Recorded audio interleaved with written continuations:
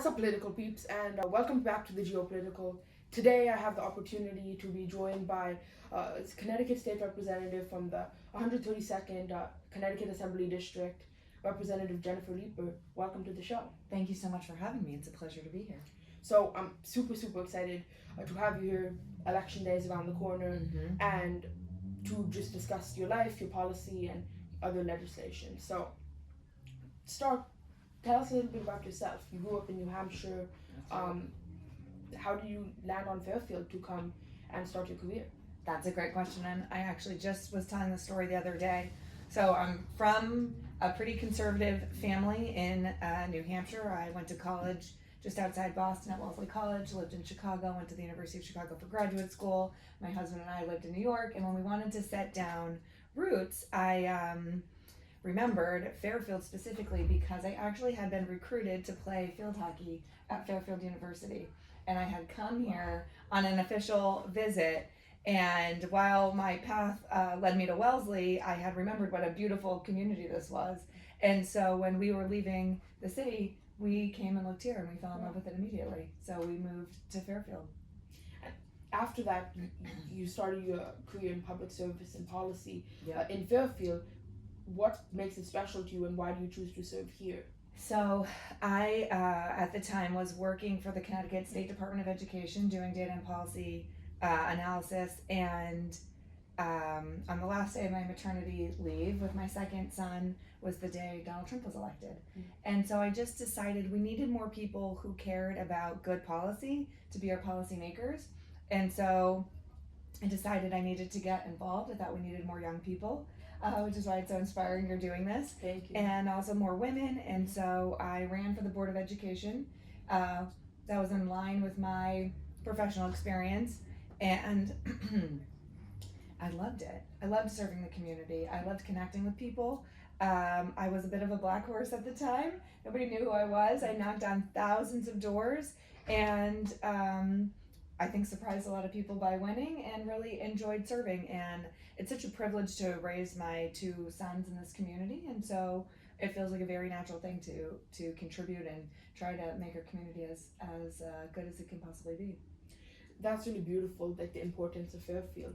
But you just mentioned that you kind of were unknown within the community. You worked up in Hartford. Yes. And you became now much more known within the community. How do you think you won that first election, which kind of set you up for your public service career in town?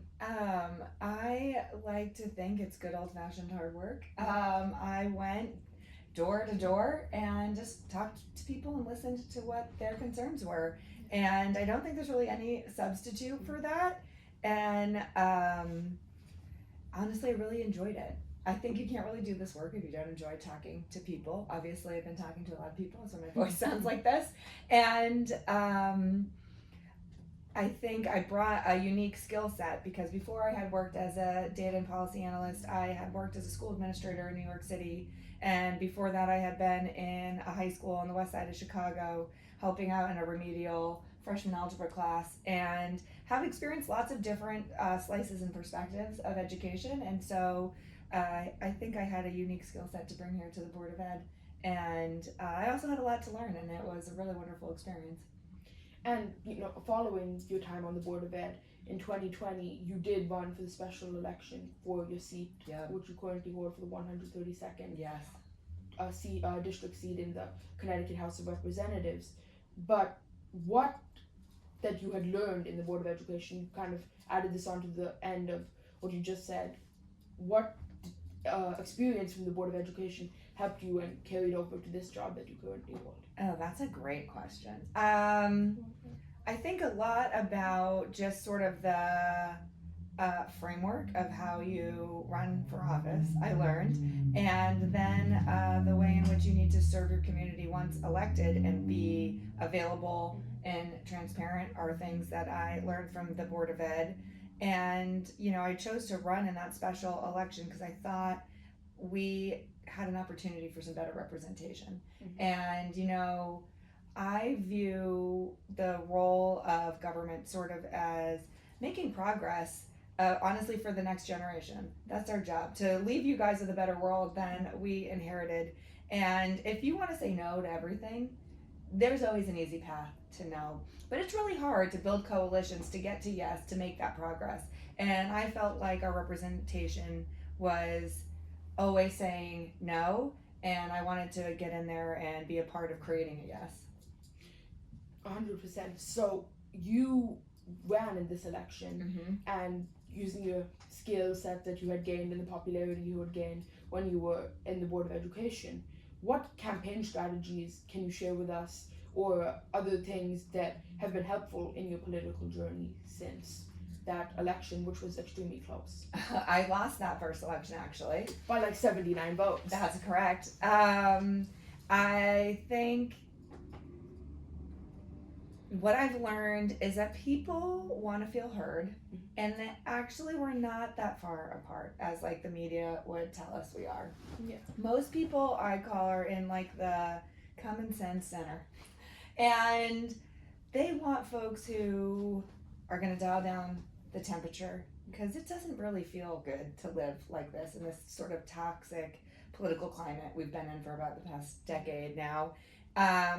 And also, I've always said, and I truly believe, that data is a really great way to find common ground. So let's get a common understanding of what this challenge is, and then we can talk about what are the right policies to improve this. And that's honestly, it's not been a glamorous sort of statement, but I think people find it refreshing because it's genuine. It's very genuine to my experience and my background and how I approach challenges. Yeah, I agree with you totally on that first point you made. Politics has become so much more about power than serving the people, and through data, like you mentioned, you can show people what really is happening and what real changes need to be made.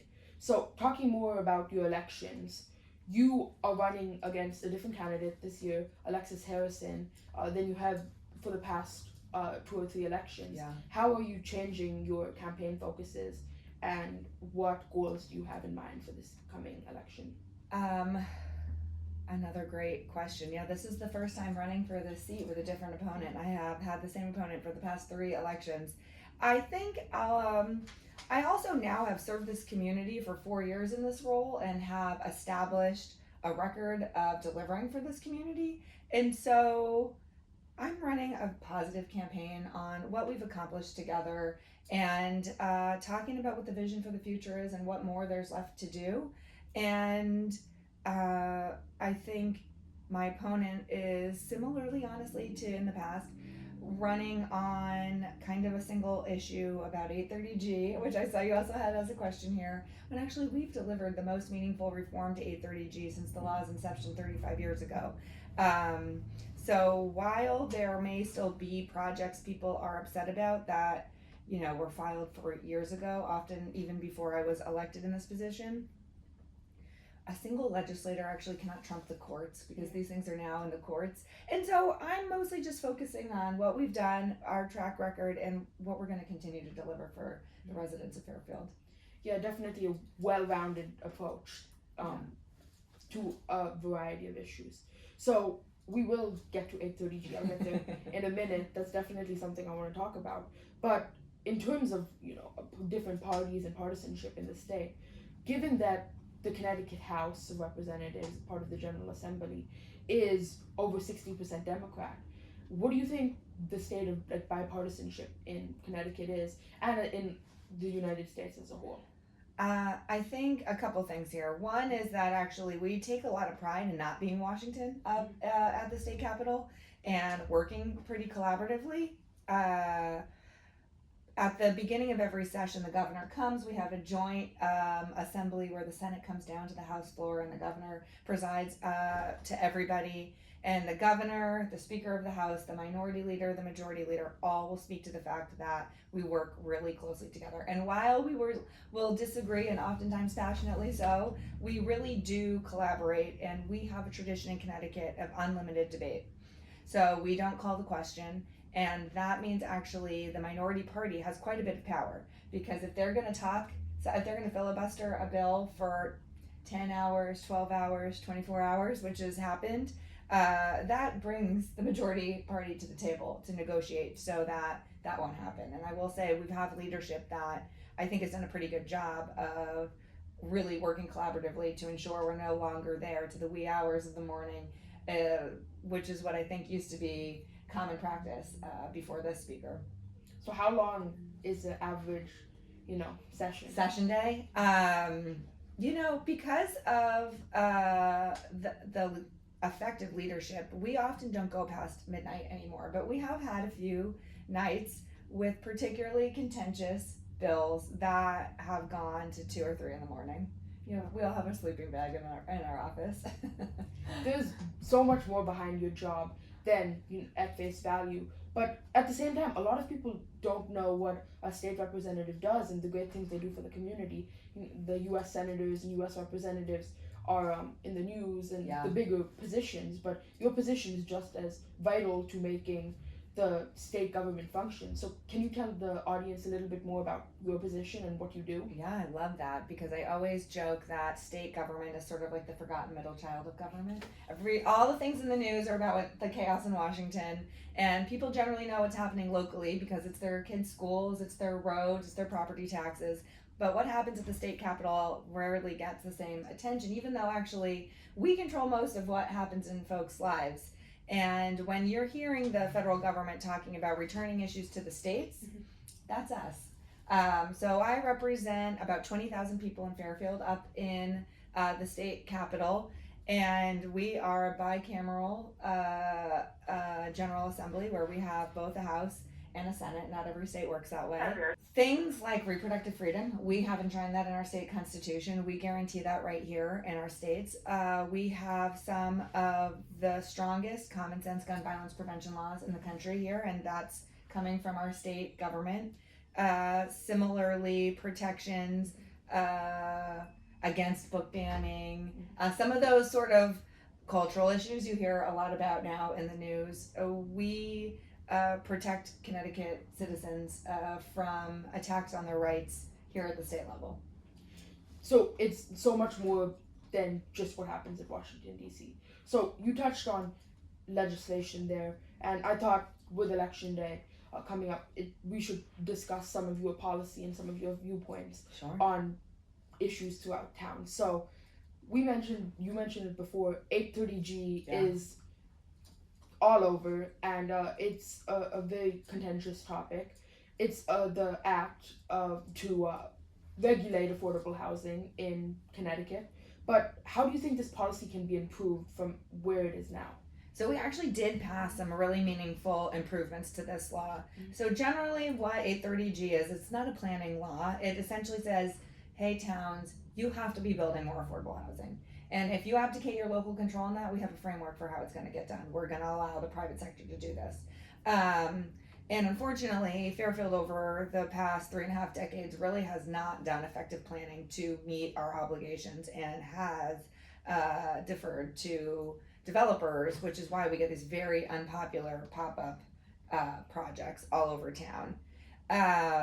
But what we passed this past session is to promote the development of middle housing. So middle housing is duplexes, triplexes, quads, smaller scale housing in as of right zones. So if your local town plan and zoning can designate a zone for this type of development, which we actually in Fairfield already have 2 of, Zone B and Zone C, you will be awarded 830G points toward your district's moratorium, which means toward the limit where developers can no longer use the 830G law to sidestep the local zoning requirements,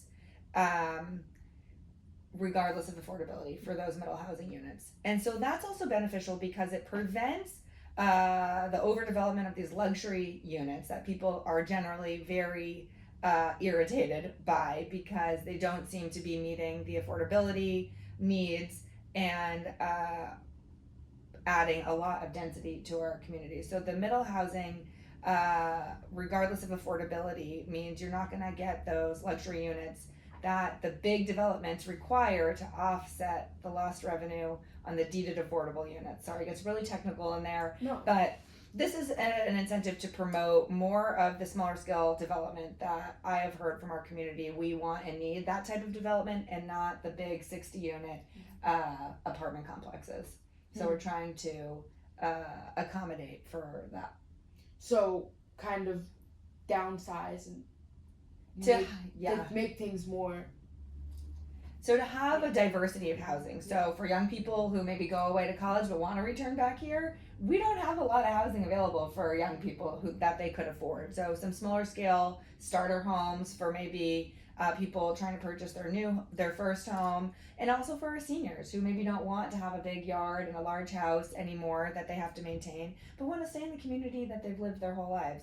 And so having that sort of diversity of housing stock gives people more options and ability to continue to stay in our community. Also, it grows our tax base to help us manage tax increases. So, definitely. But how do you see 830G, since it's a 30-year-old bill? How do you see it working in the next 30 years, given what you just said and how you plan to work to change this bill, and how your colleagues and other representatives and senators plan to change this bill? So I know every election cycle there's claims that someone's going to repeal it. There just are not the votes in the General Assembly to repeal this law. If there were, it would have been repealed decades ago, and certainly when our senator was the co-chair of the Housing Committee and the Senate was tied and the House had a, I think, 5 or 7 seat majority. So the votes are just not there. And the goal is to reach a moratorium, which we're extremely close to. I think we're waiting on one more certification of occupancy, a CO, and Fairfield will have a moratorium, which means developers can't apply for this sort of waiver anymore. And then the goal is, and the way this law will benefit the community, is that it allows you to then stack moratorium. So you have 4 years from your first moratorium to work to achieve a fewer number of points to get a second moratorium. And so the idea is you want to keep developing and working toward these targets that get marginally easier to achieve, but by doing it the way you want your community to develop. And so that's where the really proactive planning from our local TP&Z is essential to achieving that. Understood, but throughout these changes and developments, you have been a major advocate as well for climate change and lack thereof, climate change. How are these developments affecting your mission to make Connecticut and the world a cleaner place? So having targeted density is actually like the best thing we could do for the environment. Suburban sprawl is like the worst thing we could have for the environment, and it's been sort of the status quo for Connecticut. Most of our as of right zones are single family zones. So everybody having a large lawn that they water is terrible for the environment. Having targeted density enables more preservation of open space, and that's a great thing for the environment. Also, it means we can have more transit-oriented communities, so fewer cars are required. More targeted housing near our train stations, and our bus stations, so that people can take advantage of public transportation. Getting more cars off the road, stopping suburban sprawl are all positive things for the environment, and I see these as working hand in hand. And you mentioned that in your question, public transportation in Connecticut. I had the opportunity this February to speak to Fairfield First Selectman Bill Gerber, and we had a conversation about transport-oriented developments and the longevity of public transportation in Connecticut as a whole. And as you mentioned, suburban sprawl, which Connecticut is, at least the southern seaboard is known for, is definitely makes it much harder for public transportation to be viable. But in the future, as you mentioned, going along with your plan to have a greener state and a greener planet, how do you think public transit will be able to be integrated into people's lives? Yeah, so, excuse me, we definitely need to continue to invest in our trains. There's been a number of things that have happened that have slowed our trains down, which is partly why people aren't returning to them at the same rates as they were pre-pandemic, although we're getting there. We are fortunate to benefit from billions of dollars of investment from the Build Back Better legislation at the federal level to speed up our train lines. So some of the slowdowns are like really targeted places. In Norwalk, there's like a 100-year-old bridge that the trains have to slow down to cross, so they're repairing that bridge. Similarly, there's a junction between Connecticut and New York that causes a lot of slowdowns. And also, they're working to route Metro North trains to Penn Station, which is on the west side of Manhattan, which will really be transformative for Fairfield County if you can take the train easily to the west side of the city. So those are all things that will better incentivize more people to opt to take the train. As for sort of what they refer to as the last mile problem, which is not everyone can live right walking distance to the train, and you're gonna have to have some mechanism, and people will likely still own cars, but also there's electric bikes we're trying to promote. We have all sorts of rebates available for electric bikes and other forms of transportation to get from your home to the station.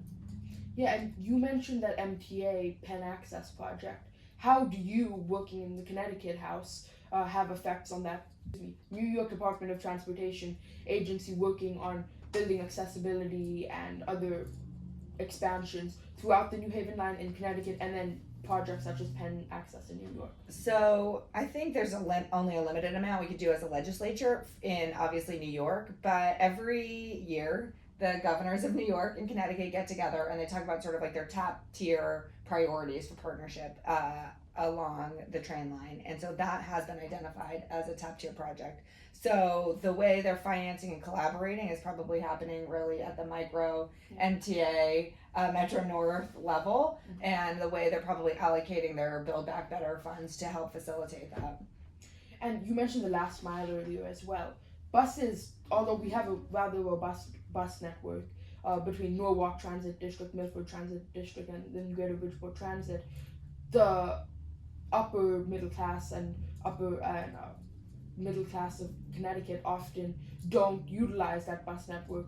So how can we encourage people to utilize these bus networks and also make them feel safe on these buses? Yeah, that's a great question. Changing behavior is always the hardest part. It's the same with our solid waste. To change behavior takes a longer time. I think we just need to, so honestly, we have really good ridership in our cities. We have less ridership in the suburbs because people own personal cars. And so often people are not going to opt to take the bus if they could just have the convenience of driving their car. So I don't know necessarily how we're going to disrupt that trend other than having,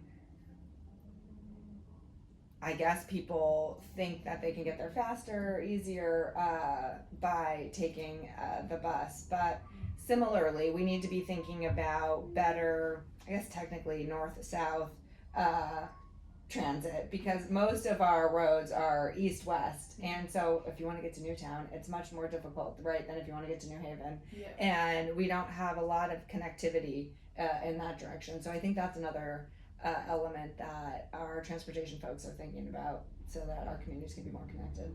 And then ultimately we can, although expanding roads are important, expanding public transportation lines are as well.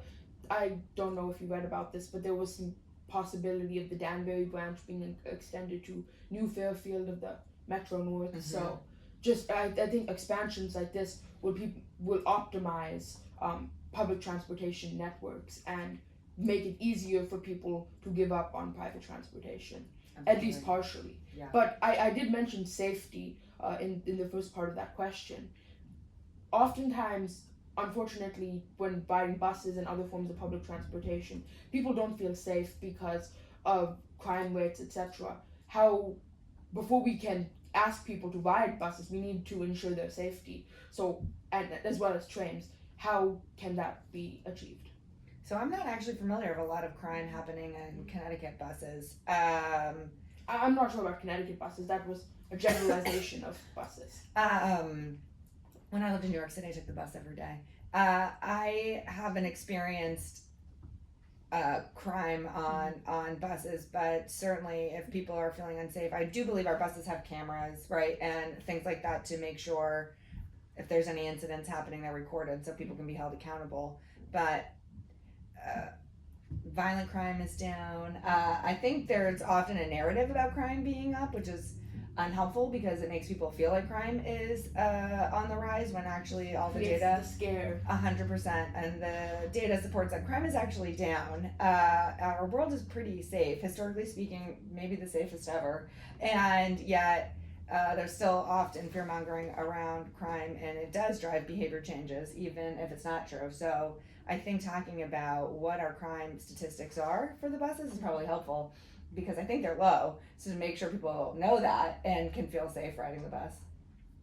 Definitely. I honestly do agree with you that it's a lot of fear in the community being whipped up by people who can take advantage of that. I'll wrap it up. But on the topic of safety, of course,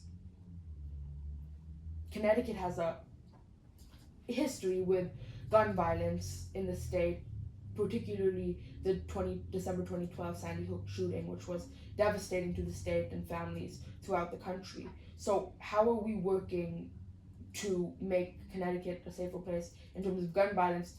Gun violence rates are already down. How will we continue to bring them down and maintain those low rates?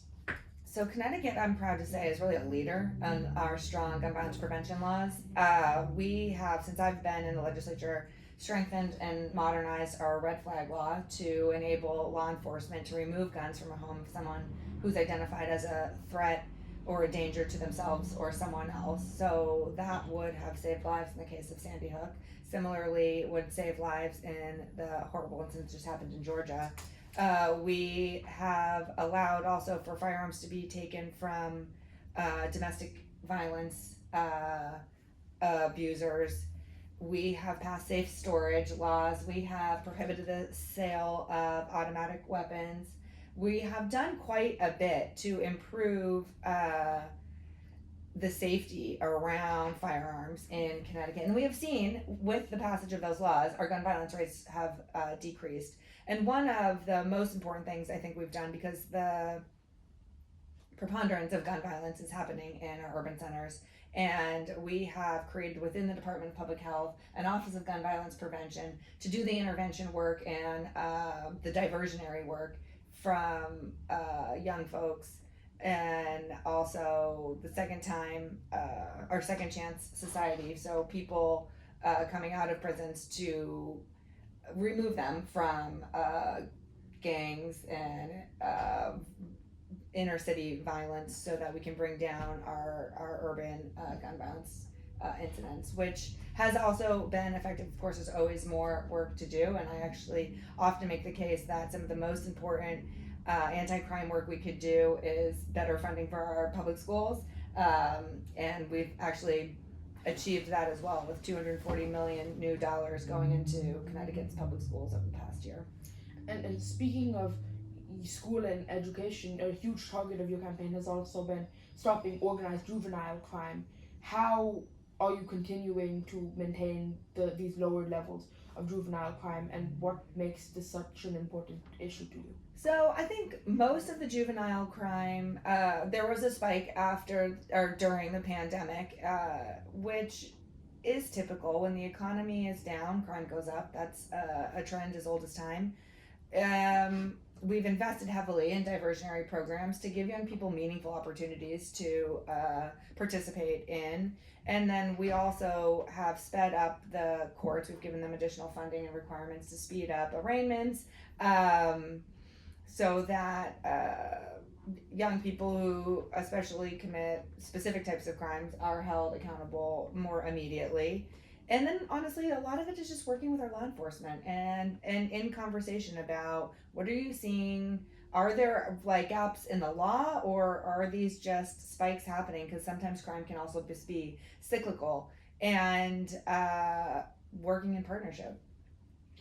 Definitely. And my last question on the topic of safety, as we wrap up, it's also crucial that law-abiding Second Amendment following citizens have the opportunity to bear arms, as the Constitution gives them the right to do so. So how will you balance people who have to take advantage of these rights in a law-abiding fashion to people who are abusing these rights and using them to break the law? So I think our laws have struck that balance. I guess we'll find out if there are more Supreme Court justices appointed who feel differently. But we have not lost any of the constitutional court cases on the laws we've passed. So I think to date we have struck that balance, and people who are in violation of our laws are persecuted to the full extent of the law. And that's sort of the way it's meant to work. Bodies of legislation. So our House delegation, we talk almost every day. Excuse me. We generally talk with Hines only if something really rises to needing federal partnership. But he's very open door legislator, so it's been great to have him as a partner. And kind of like a good marriage, communication is the name of the game.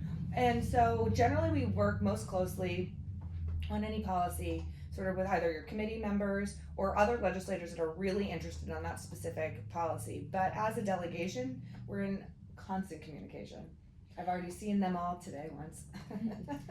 And with Senator Wang being Republican and working in Fairfield very closely, just as yourself, how is that gap bridged between you guys, if any, if there is any?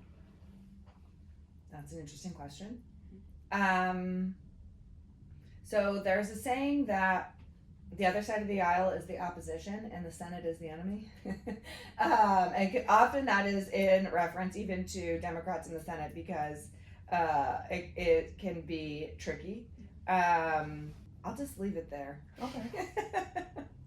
So on that note, before as our time wraps up, I just wanted to ask, what's your favorite part of your job and what makes you want to come to work every day? Oh my gosh, I love this job. It's such an honor and a privilege to do this work. Every day is different.